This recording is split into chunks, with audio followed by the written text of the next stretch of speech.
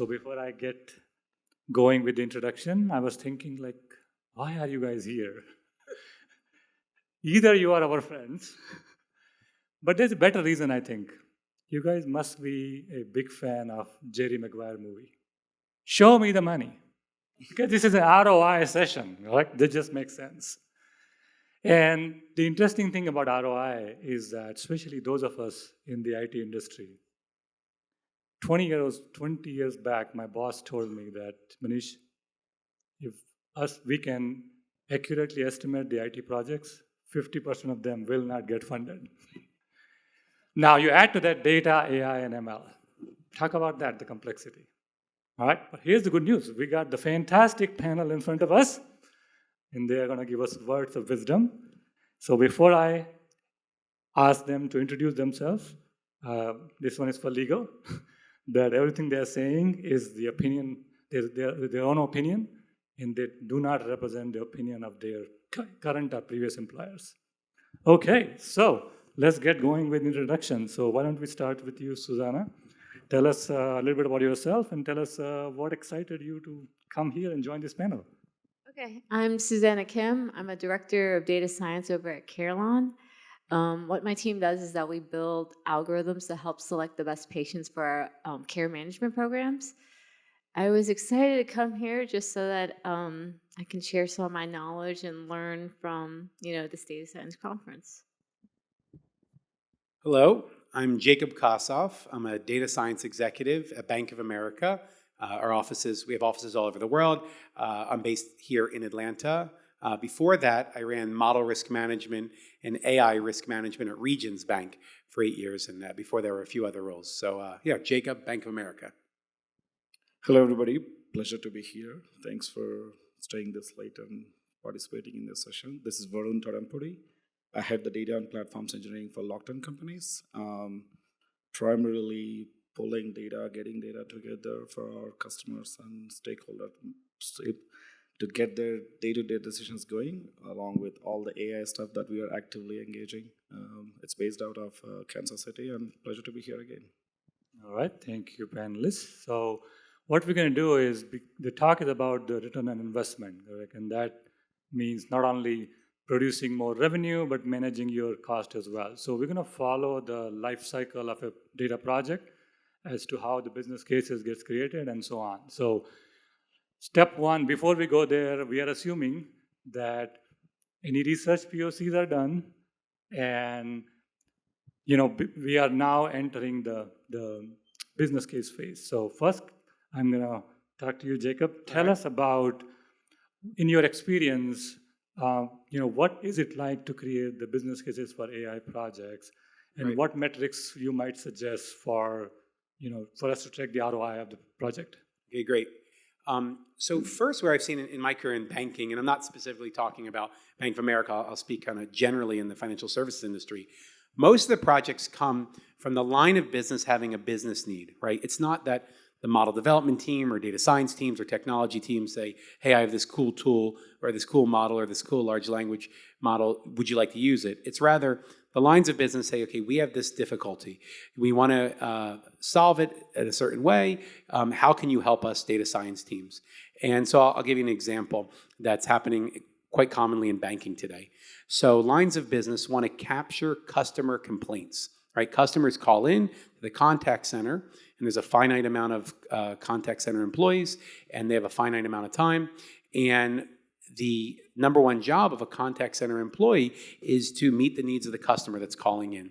But they have a second role, which is to capture the conversation, summarize the conversation, so it can be used for various reasons, if the customer calls again, if it needs to be escalated, but also to capture if there's a complaint.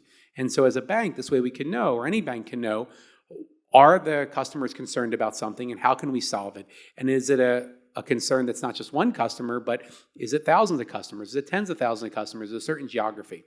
And so the lines of business have this trade-off. They say, well, I could have the contact center employee kind of write the summary and classify the call as a complaint, and then identify what type of complaint during the call.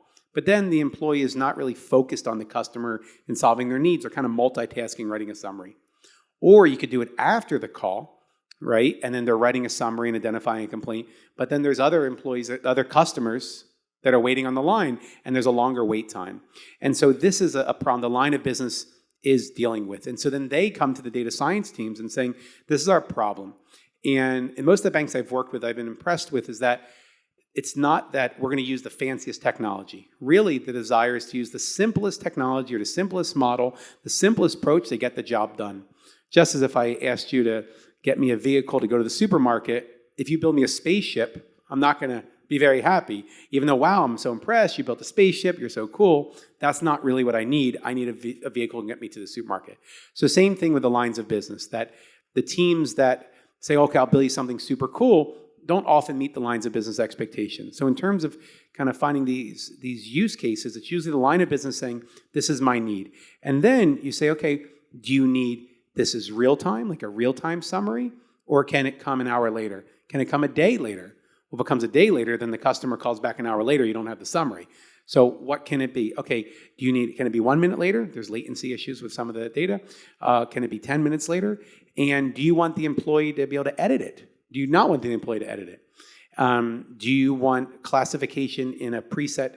A call we were just looking at earlier, someone calls in, they can't find their credit card. We can tell them the address. They say, oh, that's my grandmom's house where I used to live in the summer. So now as a contact center employee, is that card lost? Well, not really. It was mailed to the grandmom, which is their old address. Was the card stolen? Not really. And we don't have a preset category for mailed to grandmom. All right, so then do we make a new category? And so then the question is, walking with the line of business as we build this, how do you want the classification? So short answer, I would say, is the line of business driving, here's a genuine business need. Us saying, kind of in the conversation with them, how much is this going to help? Because we don't want to spend more dollars on data scientists, more dollars on GPUs, more dollars on infrastructure than you would save, more dollars than you would benefit from automating something, right? If there's a task that takes 100 hours a week and you're spending thousands of data scientist hours to solve it, doesn't really have a positive return on investment. So where I've seen is that the line of business comes with a need. There's a genuine business need. It costs a lot. It's not like the problem they have is costing them a lot, not something small. The investment is feasible. The line of business, the data scientists can do it in a reasonable cost. They're honest about the cost.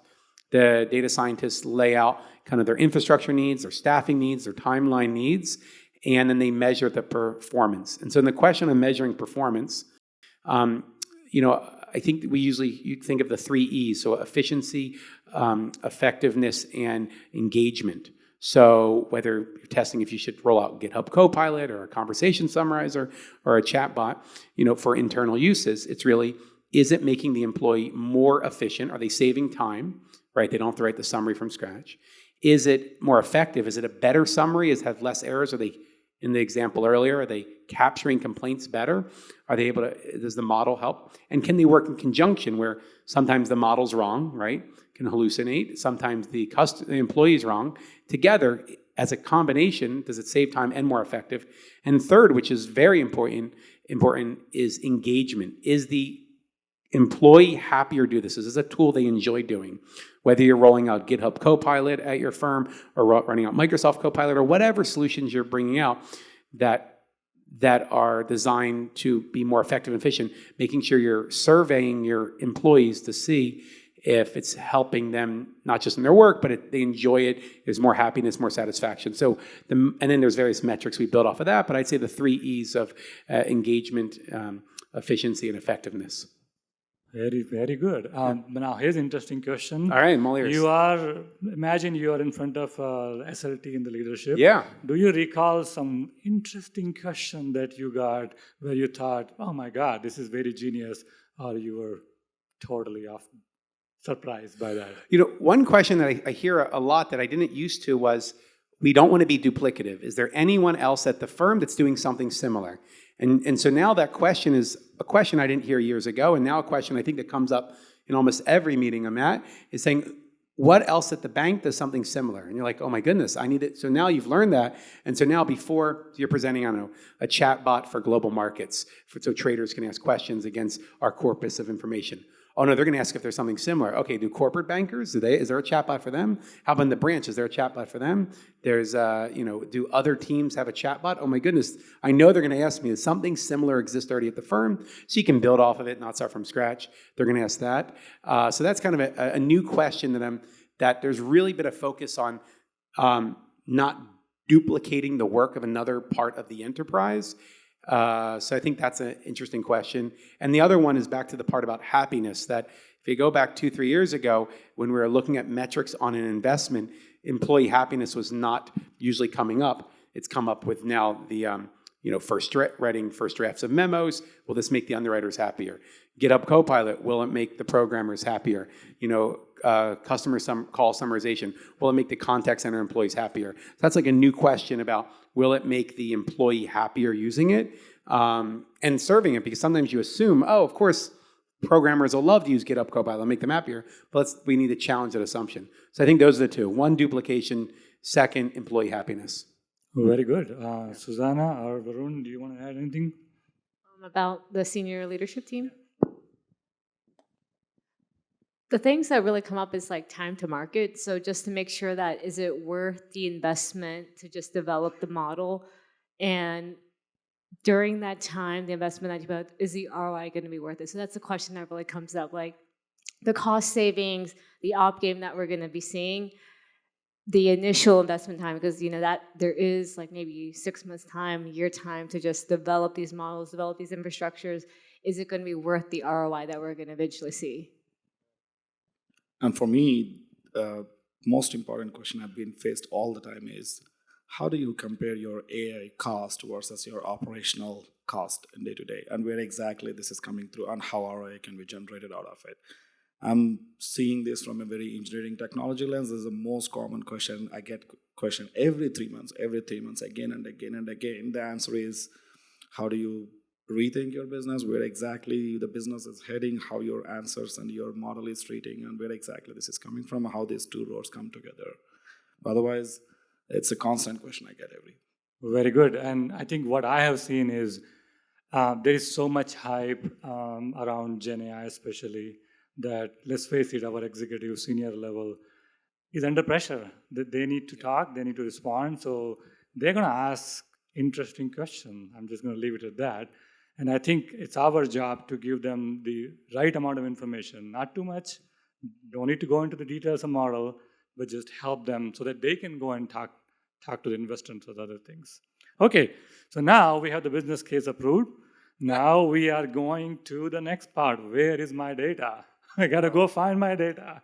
So the question for Varun here is that, what are the critical infrastructure consideration for preparing data, and how do the pipelines affect the speed and cost? Oh yeah, that's probably the heart of it, right? For any AI application or even a chatbot kind of application that we're building for Jacob, in this case, for Bank of America, what are we running for? Are we looking at what size of data? Is it in petabytes, terabytes, or beyond that? What is the scale that is we are looking at? And how this data is growing year over year, and how exactly this data is being prepared to make that available for the application to run in, right? So data sits in the center of the universe for all of these applications, and that's where some of the engineering from a data perspective, platform perspective will come into the picture to help drive this application successfully. Which would be a first and foremost thing. What are our sources of the data?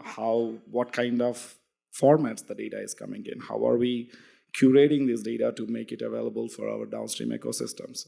What kind of infrastructure is being built around the scenes to support it? It can be a Google Cloud, it can be Azure Cloud, cloud agnostic, however the way it is. There are some topics which we really run into day in, day out, saying that, hey, my AI application is running fantastic, but now I want an increase or scalable GPUs to support my fastness, my effectiveness, my speed of our day-to-day, how these applications are running. You hear from some of these agents who is running claims or anything saying that, you know what, I post a question, but my answers are after like a minute, 2 minutes, 3 minutes. It's deteriorating day by day. How do you go back? That's where our infrastructure preparation will come into the picture. How your data pipelines has been built behind the scenes to really support that application in the front end for a user perspective. And more importantly, in this new world where there is SaaS kind of applications, at the same time you have your storage, which is a scalable storage, and also your HDFS down to your pure storage kind of solutions which we have in play. Everything plays a huge pivotal role in how this data is being available to your applications.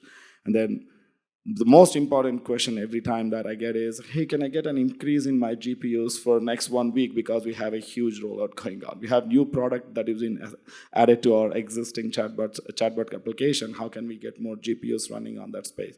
And also more importantly, how these pipelines are streamlined.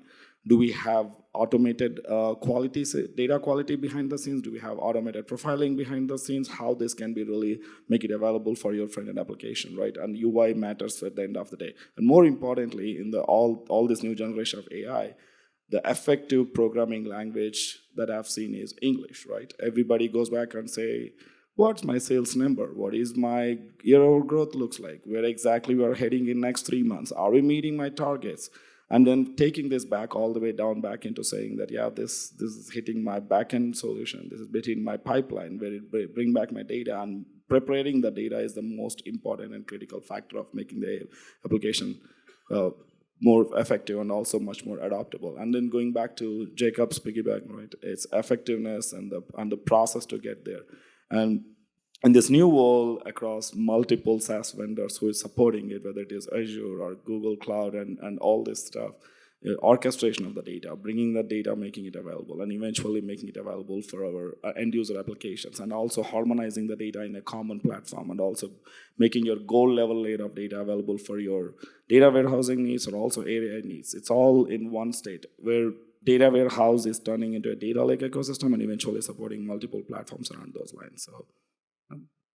That's fantastic. And I think one of the things I've seen is, to those of us technologists here, technical people, we need to make sure that the component that we choose actually meet the business requirement. So if you want a data pipeline where the order is very important, don't go pick a streaming technology that will spray the data left and right. And so those are very important, because, just wanted to call it out. Any comments? One thing I'll add on data is an interesting story back when I was at another bank, at Regions Bank. I see a few Regions people, hello. It was an interesting case where our team was validating a model, and one of the inputs was income. And we realized as we're looking at it, there's various types of income, right? For a credit card loan, there's stated income, right? For a credit line assignment, it's estimated income, meaning you have a credit card, you've been with us 5 years, and your limit's $5,000, we want to go up to $10,000, we estimate your income. There's verified income, like a mortgage application and some home equity lines. And so there's various elements from estimated to stated to verified.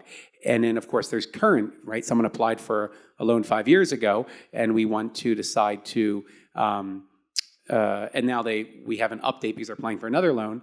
Okay, now we have their current income. Have we updated the other one? And so it's interesting when we think about data, not that one is right or wrong. Stated income isn't wrong. That's the legitimate income in our data set related to credit card applications.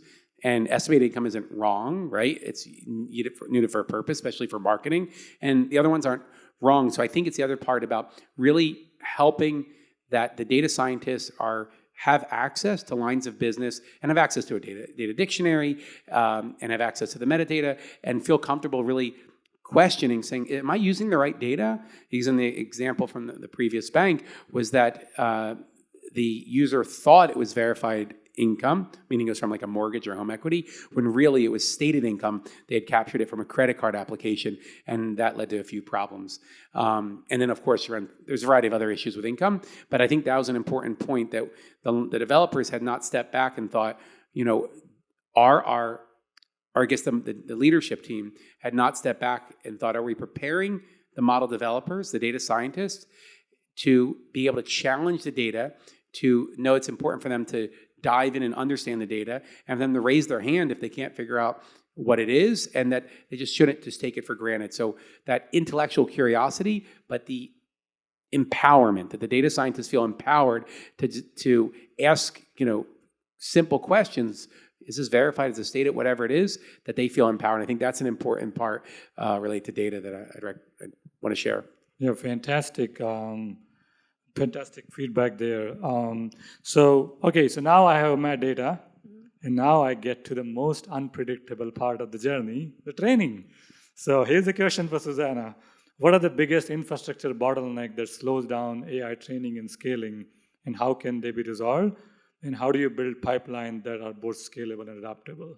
One of the biggest issues is data movement. So when we're looking with like large data sets, just processing the data, working with the data, that's like the biggest bottleneck. So if you have, if you're moving data that's very large, you're not using parallel processing, you're not using distributed systems, it may take you a very long time to do your feature engineering.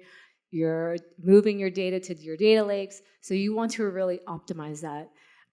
So some of those solutions are using like Spark, which is a distributed dating platform, using automated pipelines like Airflow so that you can automate the processes of moving your data from one place to another efficiently. Some other things are limited computational power. If you're trying to build, like a linear model, you don't need to have a GPU. However, if you're building deep learning models, you're going to need a GPU. Otherwise, you're not going to be able to do the parallel computing, really optimizing how you're processing and developing your model. And I think one of the other things would be That's fine. I think the two things that I have come across is, during training phase, making sure that how much data do I really need? Okay, is it sample size is good enough? Do I need everything? I've seen, bad practices where, training was done for the entire data set, even though it's actually not required. And this is where, what I've seen is that making sure that the data scientists are fully aware of the FinOps practice and they can see the cost if you're in cloud. It's very important because on one hand, you want to go fast, second hand, you have to manage the cost. That's the whole idea about managing ROI. Anything from Jacob or Varun? And I don't want to take the cost question right away, but sitting on a platform side of the house and enabling different persona of users across the board, whether it is data science users or true BI users or anybody, after all the data has been available, data enablement and data empowerment, which panel was talking about, is probably the crucial factor. And that's where we say, like, okay, you have access to this data, you have access to the last 7 years of data. What do you want to do? You want to just run a select star, or you want to run an AI model which goes itself to the 7-year-old, which is a most common practice some of the large companies do, even with that early stages of adoption of data and AI practices. That's where the capabilities like lakehouse monitoring and any kind of auditing, alerting, and then really having that data collaboration to a limited extent, and also identifying where exactly this cost ineffectiveness is happening across the platform, and building those platform capabilities into your environment is extremely crucial. Otherwise, in 6 months, you might see a bill of like what you have spent for the last 5 years, particularly enabling these kind of capabilities. On the other side, if there is a strategy is not to bring all of your data science users and put them into a single containerization kind of environment, you'll have more control. But majority of organizations, you have so much of data sitting out there, but you have a lot of BUs intending to really leverage that data and build their products on top of it, whether it is an AI product or a BI product or a general data collaboration product or anything. You just have to be extremely careful about how you are enabling these capabilities for your larger audience of enterprise, right? So cost is going to be a very critical factor. May not be in first 1 year of journey. As you walk into this journey in a broader way, you don't even realize how many silos of AI models that is running behind the scenes. And as you realize that, that's where platform engineering team will have to step up and get what exactly needs to be put in place to monitor these and really make it a little bit more effective in communicating on a periodical basis. Oh, fantastic. Well, let's move to the final phase of the journey. We are in production now. We are serving. And there is a dilemma. The model could be running slow, so you got to scale it up, but you got to manage the cost. So how do we balance cost of scaling infrastructure with the expected ROI? I'll open it up for anyone who wants to take this. Yeah, I mean, earlier Susan talked about there are different models. One is vertical model, which doesn't need a GPU, but there are some deep learning models, depending on the organization, which needs true GPUs. And GPUs is where you invest into NVIDIA kind of infrastructure, or everything else. It can be a simple, any kind of standard cloud infrastructure. But as you walk into these two, I was talking about earlier, lakehouse monitoring or anything, how your data is being behind the scenes, on how these GPUs are, even if you have an out-of-the-box SaaS product, right, how you're managing in day-to-day. If you put right auditing and controls and alerts and add it to your FinOps location, saying that this tagging, monitoring, and everything is flowing through the space, and then how your data is being wrangled in, and how your data is making it available into your product, and how this combination of data costs, data processing costs, plus your infrastructure costs is probably where you need to have some out-of-the-box dashboards at the platform capability level, where you need to track in a periodical basis. And I went through the journey very recently, and also in my previous workplace, where we racked up several hundreds of thousands of dollars without even knowing, because when you are in that entry journey of AI space, where you have different BUs running into these different models, if you don't streamline and put it into a containerization, and if you're also not in containerization, you have to have those models in play and monitoring in play to really capture these. Otherwise, you just run into heavy bills. No, it's really true. So like, it's so easy with the cloud computing environment to just like start up a new server, but sometimes you'll just start up servers that people don't actually use. So the cost can just explode without you really realizing. And you really need to be cognizant of what your goals are and what you're actually utilizing. Otherwise, you can just easily just be like, oh, let's experiment this, let's experiment that, and it doesn't go anywhere, and you're just throwing money down the drain. I want to give a quick metric.